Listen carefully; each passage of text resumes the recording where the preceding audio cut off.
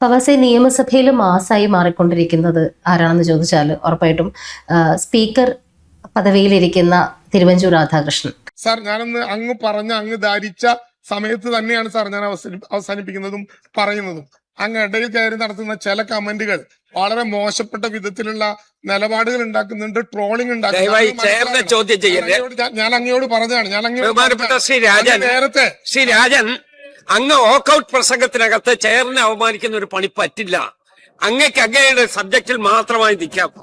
Walkout പ്രസംഗമാണെന്ന് ആലോചിച്ചോണം. അദ്ദേഹത്തിന് speaker പദവിയിലേക്ക് തെരഞ്ഞെടുത്തപ്പോൾ വന്ന ട്രോളുകൾ പലതും ഇനി തിരുവഞ്ചൂർ ഭാഷ പഠിക്കേണ്ടി വരും എന്നുള്ളതായിരുന്നു. അദ്ദേഹത്തിന് ഒരുപാട് നാക്കുപിഴകൾ കൊണ്ടുണ്ടായിട്ടുള്ള ഒരുപാട് ട്രോളുകളുണ്ട്. നമ്മുടെ നടി നസ്രിയ നസീമിനെ പേര് മാറ്റി വിളിച്ചത്, മോഹൻലാൽ എല്ലാവരുടെയും കണ്ണിലുണ്ണിയാണെന്ന് പറയുന്നതിന് പകരം മോഹൻലാൽ നമ്മുടെയൊക്കെ കണ്ണുണ്ണിയാണെന്ന് പറഞ്ഞിട്ടുണ്ട് അദ്ദേഹം. അതിൽ ഒരുപാട് ജോയ് മാത്യുവിനെ ജോസഫ് മാത്യു എന്ന് വിളിച്ചത്, പെമ്പിളെ ഒരുമയുടെ വായിക്കാൻ പറ്റാണ്ട് അദ്ദേഹം മാറ്റി പറഞ്ഞത്, അത്തരം നാക്കുപിഴകൾ ഒരുപാട് സംഭവിച്ചിട്ടുള്ള ഒരു നേതാവാണ് അദ്ദേഹം. പക്ഷെ അങ്ങനെ ഒരാൾ തന്നെ സ്പീക്കർ പദവിയിലേക്ക് വരുമ്പോൾ ഒരുപാട് ട്രോളുകൾ ആ സമയത്തും വന്നിരുന്നു. സഭയിൽ ഇനി മനസ്സിലാവാത്ത ഭാഷയുണ്ടെങ്കിൽ ചോദിക്കണം എന്ന തരത്തിലൊക്കെ. പക്ഷെ ഓപ്പറേഷൻ തൂഫാനിൽ കൂടെ സ്റ്റാർ ആയിക്കൊണ്ടിരിക്കുന്ന ആഭ്യന്തരമന്ത്രി രമേശ് ചെന്നിത്തലയെ പോലെ തന്നെ സഭയിലെ ശരിക്കും സഭ അടിപൊളിയാക്കിയിരിക്കുന്ന ഒരാൾ തന്നെയാണ് ഇപ്പോഴത്തെ സ്പീക്കർ തിരുവഞ്ചൂർ. തിരുവഞ്ചൂരിന്റെ മാസ് ഡയലോഗുകളും തിരുവഞ്ചൂർ എന്താണ് ഫയർ ആയിരുന്നു എന്നുള്ളത് മനസ്സിലാവുന്ന കുറച്ച് ദിവസങ്ങളാണ്.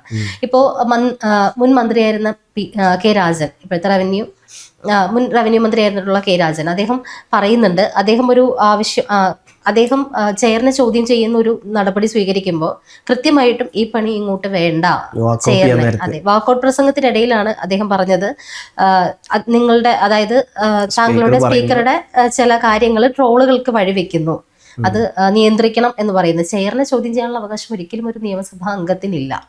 അതൊരു കാര്യം. പിന്നെ വാക്കൌട്ട് പ്രസംഗമാണ് നടത്തിക്കൊണ്ടിരിക്കുന്നത്. വാക്കൌട്ട് പ്രസംഗത്തിന്റെ ഇടയിൽ കയറി ഇക്കാര്യം പറയാനുള്ള അധികാരം ഒരിക്കലുമില്ല. അപ്പൊ കൃത്യമായിട്ടും അടിച്ചിരുത്തുന്നുണ്ട് അവിടെ തിരുവഞ്ചൂർ രാധാകൃഷ്ണൻ. അതിപ്പം നോക്കുകയാണെന്നുണ്ടെങ്കിൽ UDF-ലെ പിഷാരടി അടക്കമുള്ള നല്ല നേതാക്കന്മാരും ഈ പറഞ്ഞ പോലെ അവിടെ നല്ല തഗ് മാസ് ഡയലോഗ് അടിച്ചിരിക്കുന്നത്. ഇപ്പൊ എനിക്ക് തോന്നുന്നു സ്പീക്കർ വരെ ഇപ്പോൾ നിങ്ങൾ വാക്കൗട്ട് നിങ്ങൾ ചെയ്തോ, കൂളായിട്ട് ആയിക്കോട്ടെ, ആ രീതിയിൽ എടുക്കുന്നത്. അപ്പം എല്ലാവരും അടിച്ചൊട്ടിച്ചോണ്ടിരിക്കണം. അതിൻ്റെ ഇടയിലാണ് കെ രാജൻ പോയിട്ട് അയാൾക്ക് പിന്നെ ഈ പറഞ്ഞ പോലെ സ്പീക്കറിന്റെ പദവികൾ പഠിപ്പിച്ചിട്ടുണ്ട്. ഇപ്പോൾ നമ്മൾ സ്പീക്കറിന്റെ കെ രാധാകൃഷ്ണൻ ഈ പറഞ്ഞ പോലെ തിരുവഞ്ചൂരിന്റെ പദവി നോക്കുകയാണെങ്കിൽ അദ്ദേഹം 1991 മുതൽ ഇരിക്കാൻ തുടങ്ങിയത് നിയമസഭയിൽ. ഏകദേശം 35 വർഷം അദ്ദേഹം കണ്ടിന്യൂസ്ലി MLA ആയിട്ടുണ്ട്.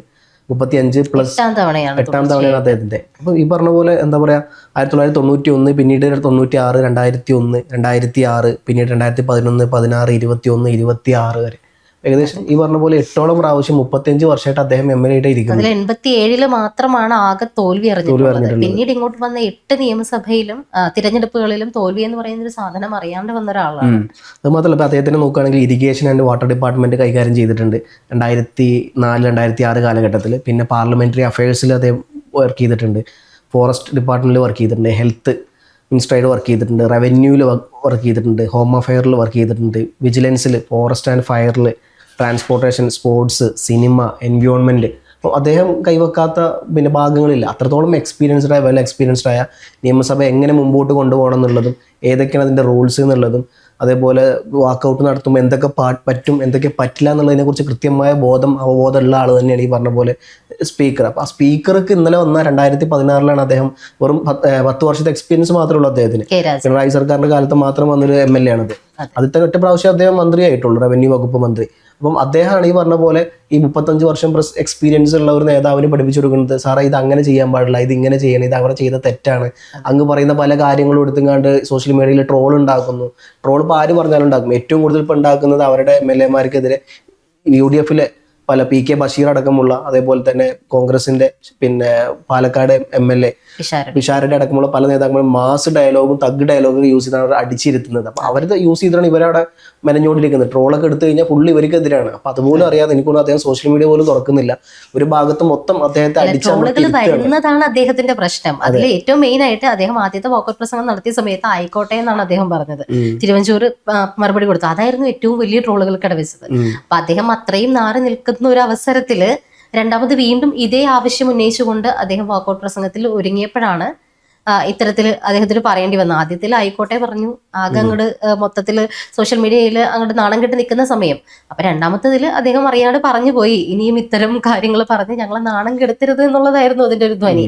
പക്ഷെ പറഞ്ഞത് എന്തുകൊണ്ടോ കമ്മ്യൂണിസ്റ്റുകാരന്റെ ഒരു ധാർഷ്യം മൂലം ഇത്തരം കാര്യങ്ങൾ ചെയ്യരുത് എന്നുള്ള രീതിയിലായി. അതിന് തിരുവഞ്ചൂര് കൃത്യമായിട്ടുള്ള മറുപടി, അടിച്ചിരുത്തുന്ന മറുപടി തന്നെ കൊടുത്തിട്ടുണ്ട്. മാത്രമല്ല ക്യാബിനറ്റിന്റെ അടുത്തോട്ട് ഈ പറഞ്ഞ പോലെ CPM CPI MLA വന്നപ്പോൾ അവര് പറഞ്ഞത് ഞാൻ വാച്ച് ആൻഡ് കാർഡിനെ വിളിക്കുന്നില്ല, നിങ്ങൾ ഇവിടെ എന്താ വെച്ചെങ്കിൽ ചെയ്തോ, അവരെ വിളിച്ചിട്ട് നിങ്ങൾക്ക് ഒരു സാധനം കിട്ടണ്ട. മീൻസ് അവര് ആഗ്രഹിക്കുന്നത് തന്നെ ഏതെങ്കിലും തരത്തിലൊരു പ്രൊവോക്കേഷൻ അവിടെ ഉണ്ടാക്കുക എന്നുള്ളതും അതിലൂടെ നല്ലൊരു ഇമേജ് ഉണ്ടാക്കുക എന്നുള്ള സാധനം മാത്രമാണ്. അതെങ്ങനെയെങ്കിലും പുറത്തോട്ട് എത്തിക്കുന്നു, എന്നിട്ട് പുറത്ത് ജനങ്ങളെ കാണിക്കുന്നു. നിയമസഭയിൽ ഈ പറഞ്ഞ പോലെ 102 MLA ഞങ്ങളെ താങ്ങാൻ പറ്റുന്നില്ല എന്നുള്ളത്, ഞങ്ങൾ വലിയ തരത്തിൽ പ്രക്ഷോഭം അവിടെ കീപ്പ് ചെയ്യുന്നുണ്ട് എന്നുള്ള സാധനം ഉണ്ടാക്കുക എന്നുള്ളതാണ്. പക്ഷെ അതിന് പോലും സ്പീക്കർ പുല്ല് വില കൊടുക്കുന്നു. നിങ്ങൾ ചെയ്തു, നിങ്ങൾക്ക് ഇറങ്ങിപ്പോകുന്നു, നിങ്ങൾക്ക് പൊക്കോ. അതെ, ശരിക്കും വാച്ച് ആൻഡ് വാർഡിൽ വിളിക്കുന്നത് സ്പീക്കർ സാധാരണഗതിയിൽ ഇതിന് മുമ്പിരുന്നവരൊക്കെ ഒരു പ്രക്ഷോഭം ഉണ്ടായി കഴിഞ്ഞാൽ അപ്പൊ തന്നെ വാച്ച് ആൻഡ് വാർഡിനെ വിളിക്കുക, അവർ ആ പ്രതിഷേധക്കാരെ മാറ്റുക എന്നുള്ളതായിരുന്നു ഒരു രീതി. പക്ഷെ അങ്ങനെ വരുമ്പോഴാണ് പ്രക്ഷോഭങ്ങൾ കൂടുതൽ കയ്യാങ്കളിയിലേക്ക് മാറുന്നത്. പക്ഷെ അത്തരം ഒരു മുൻകൂട്ടി അത് അദ്ദേഹത്തിന്റെ അനുഭവ സമ്പത്ത് കൊണ്ട് തന്നെയാണ് അത്തരത്തിലേക്ക് ഒരു പ്രശ്നത്തിലേക്ക് നയിക്കാതെ, നിങ്ങൾ എത്ര പ്രശ്നം ഉണ്ടാക്കിയാലും ഞാൻ വാച്ച് ആൻഡ് വാർഡിനെ വിളിക്കില്ല എന്ന് പറയുന്നിടത്ത് അവിടെ പ്രക്ഷോഭത്തിനുള്ള സാധ്യത ഇല്ലാണ്ടാക്കുകയാണ് ചെയ്യുന്നത്. രണ്ട് കൈയും കൂട്ടിയടിച്ചാലല്ലേ പ്രശ്നം ഉണ്ടാവുള്ളൂ. അപ്പൊ അത്രയും നയപരമായിട്ടാണ് അദ്ദേഹം കാര്യങ്ങൾ കൈകാര്യം ചെയ്യുന്നത്. ഇതൊക്കെ ഇവർക്ക് വലിയ അടിയാണ്. ഇവർക്ക് ഒരു അടി ഉണ്ടാക്കാനുള്ള സാധ്യത പോലും അദ്ദേഹം കെടുത്തിക്കളയാണ് ചെയ്യുന്നത്. അതുപോലെ തന്നെ MLA-മാരെയൊക്കെ ഞെട്ടിച്ചൊരു പ്രഖ്യാപനമായിരുന്നു നമ്മുടെ ഉമ്മാ തോമസ് സംസാരിച്ചുകൊണ്ടിരിക്കുന്നതിനിടയിൽ. അത് പലതും പുറത്തു വന്നത് ഉമ്മാ തോമസിനെ ശാസിച്ചു എന്നുള്ള രീതിയിലാണ്. പക്ഷെ അദ്ദേഹം നടത്തിയത് സഭയ്ക്കകത്ത്, സഭ ഒരാൾ പ്രസംഗിച്ചുകൊണ്ടിരിക്കുന്ന സമയത്ത് സഭ ഉല്ലാസയാത്ര നടത്താനുള്ള സ്ഥലമല്ല. ഇങ്ങനെ ഉല്ലാസയാത്ര പോലെ തേരാപ്പാര നടക്കുന്നത് പറ്റില്ല എന്ന് അദ്ദേഹം പറയുന്നത്. ഇതിനു മുമ്പ് നമ്മൾ കണ്ടിട്ടുണ്ട് സഭ, ഈ കഴിഞ്ഞ 10 വർഷങ്ങളിലെ സഭ കണ്ടാലും എപ്പോഴാണെങ്കിലും സഭയിൽ എപ്പോഴും നടക്കുന്ന ഒരാൾ പ്രസംഗിക്കുന്നു, മറ്റുള്ളവർ കുറച്ചുപേര് നിന്ന് സംസാരിക്കുന്നു, അങ്ങോട്ടും ഇങ്ങോട്ടും നടക്കുന്നു. അപ്പൊ അത് ഡിസ്റ്റർബൻസ് തന്നെയാണ്. എല്ലാവരും ഒരേപോലെ ശ്രദ്ധ കേന്ദ്രീകരിച്ച് ഇരിക്കേണ്ട ഒരു സ്ഥലമാണല്ലോ അത്. അപ്പൊ അദ്ദേഹത്തിന്റെ ആ ഒരു പ്രഖ്യാപനവും വളരെ എടുത്തു പറയേണ്ട ഒന്ന് തന്നെയാണ്. സഭയ്ക്കകത്ത് ഉല്ലാസയാത്ര നടത്താനുള്ള സ്ഥലമല്ല. ആരും ഇങ്ങനെ തേരാപ്പാരെ ഒരാൾ പറഞ്ഞുകൊണ്ടിരിക്കുമ്പോൾ നടക്കരുത് എന്ന് പറയുന്നതും ആദ്യമായിട്ട് തന്നെയാണ് ഒരു സ്പീക്കർ. ഇപ്പൊ ഒരുപാട് സ്പീക്കർമാർ വന്നിട്ടുണ്ട്. കണിശക്കാരായിട്ടുള്ള സ്പീക്കർമാരുടെ ഒരു ലിസ്റ്റ് എടുത്ത് നോക്കിക്കഴിഞ്ഞാൽ Vakkom Purushothaman, Varkala Radhakrishnan, AP Kurian, G Karthikeyan, VM സുധീരനൊക്കെ കുറച്ച് നാൾ എഴുതുള്ള VM സുധീരനൊക്കെ അത്രയും കർക്കശക്കാരായ ഒരു സ്പീക്കർമാരുടെ പട്ടികയിലാണ്. അതിൽ ഈ പറയുന്ന രാധാകൃഷ്ണനൊക്കെ CPM-ൻ്റെതായിട്ട് വന്നതുമാണ്. പക്ഷെ ഇവരെല്ലാം ഈ കർക്കശക്കാരായിരുന്നു എന്ന് പറയുമ്പോഴും തിരുവഞ്ചൂർ അതേ കർക്കശക്കാരുടെ നിരയിലേക്ക് തന്നെയാണ് അദ്ദേഹവും കയറുന്നത്. പക്ഷെ അതേസമയം അദ്ദേഹത്തിന്റെ തഗ് മറുപടികളിൽ ന്യൂ ജനറേഷന്റെ ഒപ്പം പിടിച്ചു നിൽക്കുന്ന മറുപടികൾ കൊടുത്ത് കൈയടിപ്പിക്കാൻ കൂടി അദ്ദേഹത്തിന് പറ്റുന്നുണ്ട്. ഇപ്പൊ തിരുവഞ്ചൂരിൽ നിന്ന് നമ്മളൊക്കെ എക്സ്പെക്ട് ചെയ്തതിനേക്കാളും ഒക്കെ ഒരുപാട് മേലെയാണ് അദ്ദേഹം നിൽക്കുന്നത്. ഞാനും ഈ പറഞ്ഞ പോലെ തുടക്കത്തിൽ അദ്ദേഹം സ്പീക്കറാണെന്ന് പറഞ്ഞപ്പോൾ എനിക്ക് തോന്നുന്നു എന്തുകൊണ്ടും അദ്ദേഹത്തിന് യോജിച്ചാൽ അത്തരത്തിൽ മീൻസ് മറുപടി പറയാൻ മാത്രം കഴിവുണ്ടാവുന്ന ഒരാളല്ല. ഞാൻ ഏറ്റവും കൂടുതൽ അവിടെ പ്രതീക്ഷിക്കുന്നു ഉമ്മാ തോമസിനെ അല്ലെങ്കിൽ TP എന്താ പറയാ KK രമയാണ്. TPയുടെ ഭാര്യനെ KK രമയൊക്കെ ഞാൻ അവിടെ എക്സ്പെക്ട് ചെയ്തിട്ടുണ്ടായിരുന്നു. അപ്പം ഉമ്മാ തോമസ് വന്നാൽ ഒരു സ്ത്രീ പ്രാതിനിധ്യം എന്നല്ലേ, പക്ഷെ ഉമ്മാ തോമസിന് ഈ പറഞ്ഞ പോലെ വല്ലാണ്ട് പിടിച്ചു നിൽക്കാൻ പറ്റില്ല എന്നുള്ള സത്യാവസ്ഥയാണ്. അപ്പം ഈ പറഞ്ഞ പോലെ രമയൊക്കെയായിരുന്നു എന്നുണ്ടെങ്കിൽ നല്ല മറുപടി അവിടെ കൊടുക്കുമായിരുന്നു. പക്ഷെ ഇപ്പൊ തോന്നുന്നു രമനേക്കാൾ നല്ലൊരു ചാൻസ് തന്നെയാണ്, അല്ലെങ്കിൽ നല്ലൊരാളെ തന്നെയാണ് UDF അവിടെ ഇരുത്തിയിട്ടുള്ളത്. KK രമ, ചാണ്ടി ഉമ്മനൊക്കെ ആയിരുന്നു എൻ്റെ ഒരു എക്സ്പെക്ടേഷൻ ലിസ്റ്റിൽ ഉണ്ടായിരുന്നത്, അല്ലെങ്കിൽ ആഗ്രഹിച്ചിരുന്നത്. പക്ഷെ തിരുവഞ്ചൂർ വന്നപ്പോൾ ഈ പറഞ്ഞതുപോലെ തന്നെ എനിക്കും ഒരു അദ്ദേഹത്തിന്റെ ഒരു പ്രായോഗികം കാര്യങ്ങളൊക്കെ വെച്ചിട്ട് അദ്ദേഹത്തിന് ഇത് എത്രത്തോളം കൈകാര്യം ചെയ്യാൻ പറ്റും എന്നുള്ളൊരു നേരിയ സംശയം ഉണ്ടായിരുന്നു. പക്ഷെ അദ്ദേഹം ഏറ്റവും ബെറ്റർ ആയിട്ട് തന്നെ, അതായത് നയപരമായിട്ട് കാര്യങ്ങൾ കൈകാര്യം ചെയ്യുന്നു. വലിയൊരു അടിയൊക്കെ നിസ്സാരമായിട്ടാണ് ഒഴിവാക്കി വിടുന്നത്. വാച്ചാൻവാർഡിനെ വിളിക്കില്ല എന്ന് പറയുന്നതിന്റെ ചരിത്രപരമായിട്ടുള്ള തീരുമാനമാണത്. വാച്ചാൻവാർഡ് വരുന്നു, ഇവരെ തള്ളി മാറ്റുന്നു, അത് അവിടെ ഒരു പ്രശ്നങ്ങൾക്ക് വഴിവെക്കുന്നു. ഒരുപാട് കാര്യങ്ങൾ ചർച്ച ചെയ്യാൻ ഉള്ളതിന്റെ സമയം കൂടിയാണ് അവിടെ മെനക്കെട്ട് പോകുന്നത്. ഇപ്പൊ ഇവർ വാക്കൗട്ട് നടത്തുന്നു, പുറത്തേക്ക് പോകുന്നു, ഓക്കെ നിങ്ങൾ പൊയ്ക്കോളൂ, ആയിക്കോട്ടെ, അത് കഴിഞ്ഞ് ഞങ്ങൾ ഇവിടെ ബാക്കി കാര്യങ്ങൾ ചർച്ച ചെയ്യാം. ഈ വാക്കൗട്ട് പ്രസംഗത്തിന്റെ പുറമെ അതിന്റെ കുറെ വിഷ്വൽ കാണിച്ച് അല്ലെങ്കിൽ അതിന് വേണ്ടിയിട്ട് കുറെ സമയം കളയാനല്ല അദ്ദേഹം തയ്യാറാവുന്നത്. അപ്പം അതൊക്കെ നയപരമായിട്ടുള്ള കാര്യങ്ങൾ തന്നെയാണ്. പിന്നെ സഭയുടെ ചരിത്രത്തിൽ തന്നെ ഇല്ലാത്തൊരു രീതിയാണ് ഡെപ്യൂട്ടി സ്പീക്കർക്ക് പ്രസംഗിക്കാനായിട്ട് ആദ്യത്തിൽ തന്നെ അവസരം കൊടുക്കുക എന്നുള്ളത്. വർഷത്തിൽ ഇപ്പോൾ സ്പീക്കർ ഇല്ലാത്ത സാഹചര്യങ്ങളിൽ അല്ലെങ്കിൽ വർഷത്തിൽ ഒരു തവണയൊക്കെയാണ് ഈ പ്രസംഗത്തിനുള്ള അവസരം കൊടുക്കുന്നത്. പക്ഷെ ഡെപ്യൂട്ടി സ്പീക്കർ ആയിട്ടുള്ള ഷാനിമോൾ ഉസ്മാന് അവരുടെ മണ്ഡലത്തിൽ നേരിടുന്ന കാര്യങ്ങൾ പറയണം എന്ന് പറഞ്ഞപ്പോൾ അവർക്ക് ഇങ്ങനെ കൊടുക്കുന്നത്, പ്രസംഗിക്കാനായിട്ട് ഒരു സമയം കൊടുക്കുന്നത് ചരിത്രപരമായ തീരുമാനം തന്നെയാണ്. അതൊക്കെ ഫവാസ് പറഞ്ഞതുപോലെ ആദ്യം മുതലുള്ള അദ്ദേഹത്തിന്റെ അനുഭവ സമ്പത്ത് കൊണ്ടുവരുന്ന തീരുമാനങ്ങളാണ്. അപ്പൊ അത്തരത്തിലൊരാളെ കെ രാജൻ പഠിപ്പിക്കാൻ ചെന്നു എന്ന് പറയുമ്പോൾ കെ രാജൻ ഇപ്പൊ എന്താണ് എന്ന് ചോദിച്ചാൽ എനിക്ക് ഏറ്റവും സിമ്പിൾ ആയിട്ട് പറയാൻ തോന്നുന്നത്, പാവം പിടിച്ചൊരു വയസ്സായ മനുഷ്യനെ, നമ്മുടെ പ്രതിപക്ഷ നേതാവിനെ കുപ്പിയിൽ വെള്ളവും കൊടുത്ത് പറ്റിക്കാൻ വിട്ട് ഇത്രയും ട്രോളുകൾക്ക് വഴിവെച്ച കെ രാജൻ ചെയ്ത അത്രയും ട്രോളൊന്നും എന്തായാലും തിരുവഞ്ചൂരിന് അവിടെ ഇരുന്ന് ചെയ്യാൻ പറ്റിയിട്ടില്ല. പിണറായി വിജയനെ ട്രോളന്മാർക്ക് ഇട്ട് കൊടുത്തത് ശരിക്കും കെ രാജനാണ്.